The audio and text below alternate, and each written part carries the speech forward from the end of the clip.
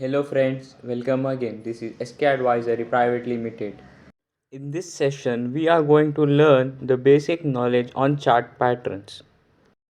This is episode 10. If you haven't watched our previous videos, then press the I button and do watch it. The next chart pattern we are going to analyze is descending triangle, which only has a bearish variant. In the descending triangle, the upper line is down sloping. The lower line is horizontal. The progressive of lower high signifies that the imminence of a bearish market. Hence why the bearish market is descending continuation pattern. The sell signal happens when price breaks the lower line to the downside and retraces back and tests it as resistance. The stop can be the highest high in the triangle, a standard where above the confirmed supply zone, and a tip profit at least 3 times as big as the stop. We finish after continuation chart pattern. We have a cup and handle pattern which have a bullish and a bearish variant. Let's begin with the bullish version first. The cup and handle are formed by two convex arcs. One large arc followed by one small arc. The highs will be hitting a resistance well.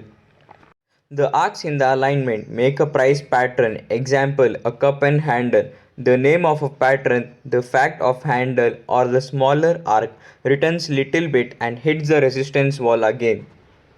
Signifies the bullish power when the price breaks the resistance back and tested as support. They have a buy signal. If this information is helping you, then do like, share and subscribe to our channel and press the bell icon to be notified on every update from SK Advisories. Thank you. The bearish version of the pattern is called reverse cup and handle. It looks like a cup upside down. In other words, we have a price formation composed by two concave arcs, one large and one small.